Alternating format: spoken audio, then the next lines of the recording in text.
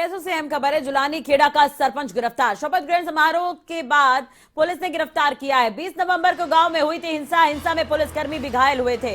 हिंसा के बाद से सरपंच नरेंद्र कुमार फरार था।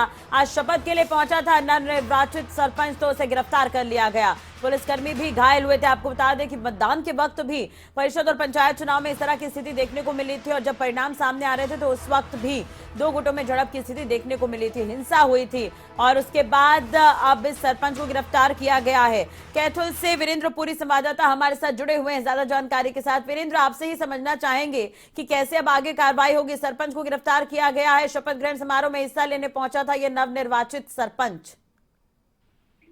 देखिए रात्रि में बताना चाहूंगा कि जो गांव जुलानी खेड़ा है उसमें 3 बार हिंसा हुई। एक तो जब सरपंच चुनावों की घोषणा भी नहीं हुई थी तब एक जबरदस्त लड़ाई हुई थी दोनों पक्षों के अंदर। उसके बाद जब जिस दिन इलेक्शन था उस दिन भी हिंसा हुई थी और उसके बाद 20 नवंबर को गांव में एक पंचायत रखी गई थी, या फिर ये कह सकते हैं कि गांव के लोग इकट्ठा हुए थे।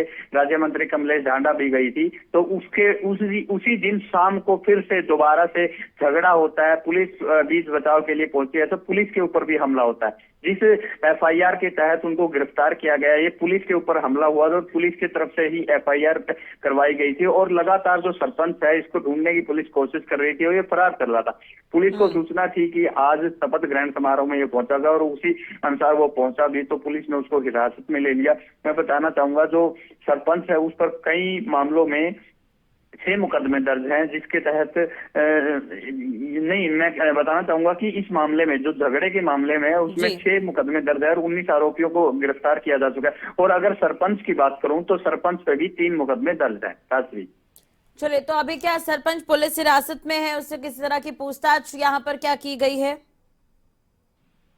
देखिए रात्रि, जो सरपंच है उसको शपथ ग्रहण समारोह से शपथ के बाद उसको गिरफ्तार कर लिया गया और उसको गिरफ्तार करके फिलहाल कोर्ट में पेश किया गया था और शायद न्यायिक हिरासत में भेज दिया गया है। फिलहाल जो पुलिस पार्टी पर हमला हुआ था उस एवज में जो सरपंच है जुलानी खेड़ा का नरेंद्र, उसको गिरफ्तार किया गया और फिलहाल आगे के मामले की जो जांच है वो चल रही है और देखना होगा कि सरपंच जितने भी मामलों में एफआईआर हुए कहाँ पर क्या दोष निकलकर सामने आता है। चलिए ठीक है, वो इस पर नजर बनाए रखिएगा। अपडेट आपसे लेते रहेंगे। बहुत बहुत शुक्रिया फिलहाल तमाम जानकारी और बातचीत के लिए।